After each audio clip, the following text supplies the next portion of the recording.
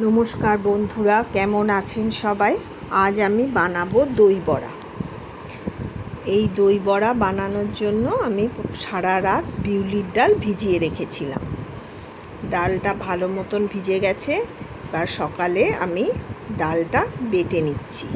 আপনারা শিলেও বাটতে পারেন, আমি মিক্সিতে একটা পেস্ট বানিয়ে নিয়েছি। আমার এই দই বড়া যদি আপনাদের ভালো লেগে থাকে তাহলে আমার চ্যানেলটা একটু সাবস্ক্রাইব করে দেবেন।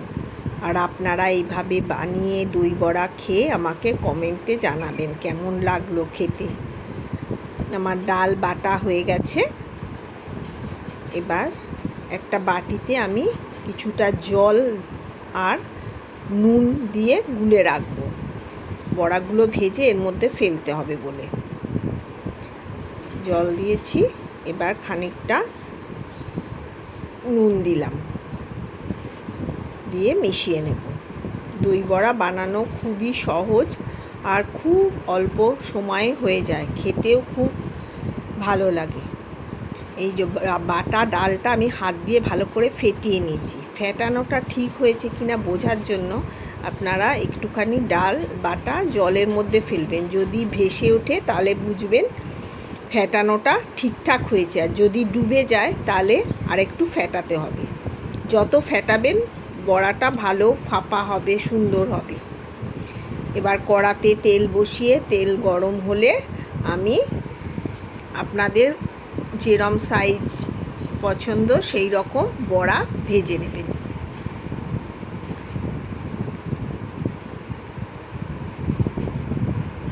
ডালটা যত ফেটানো হবে তত বড়াটা কিন্তু ভালো হবে।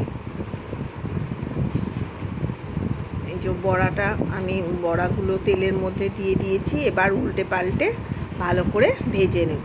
ভেজে এবার তুলে নিচ্ছি।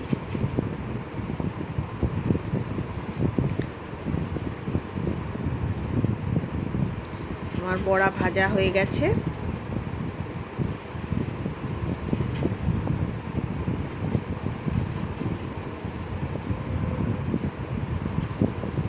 এবার বড়াগুলোকে আমি যেই জলটা করে রেখেছিলাম নুন জল, ওর মধ্যে দিয়ে দিলাম। জলটা টেনে বড়াগুলো আরও নরম হয়ে যাবে। আর এদিকে আমি তেঁতুল কিছুটা ভিজিয়ে রেখেছিলাম। এবার এটাকে চটকে আমি তেঁতুলের কাইটা বার করে নেব। আর ঘরে পাতা দই নিয়েছি কিছুটা, এর মধ্যে নুন আর চিনি মিশিয়ে নেব, নিয়ে ভালো করে ফেটিয়ে নেব। নুন দিলাম আর এবার চিনি দেব। আমার কাছে গুঁড়ো চিনি ছিল তাই দিয়েছি, আপনারা এমনি চিনিও দিতে পারেন। গুঁড়ো চিনি দিলে কি মেশাতে তাড়াতাড়ি সুবিধা হয়। ভালো করে দইটা নুন চিনি দিয়ে ফেটিয়ে নিতে হবে। এই যে বড়াগুলো দেখেছেন জলে ভিজে ফুলে উঠেছে। এবার একটা প্লেটে আমি জলটা ঝারিয়ে নিয়েছি বড়া থেকে, তাও একটু চেপে চেপে যেটুকু জল আছে বার করে প্লেটে সাজিয়ে নিচ্ছি।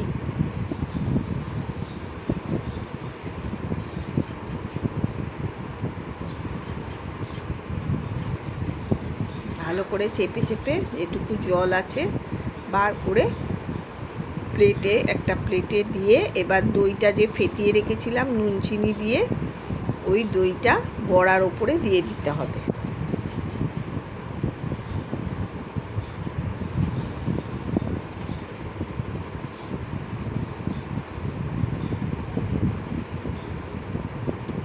দই দেওয়া হয়ে গেছে। এবার ওই তেঁতুল জলটা দিতে হবে, তেঁতুলের কাতটা আর কি। খাট্টা মিঠা দই বড়া খেতে খুব সুস্বাদু। এবার আমি মশলা দেব। এই যে জিরে আর শুকনো লঙ্কা আমি ভেজে গুঁড়ো করে রেখেছিলাম শুকনো খোলায়, ওটা দিয়ে দিলাম।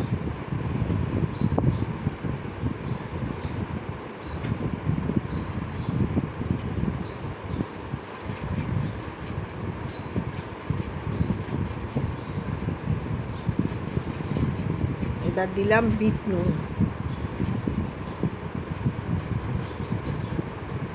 আর চাট মশলা। দিয়ে ওপর থেকে ঝুরি ভাজা ছড়িয়ে দিলেই আমার দই বড়া খাওয়ার জন্য একদম রেডি।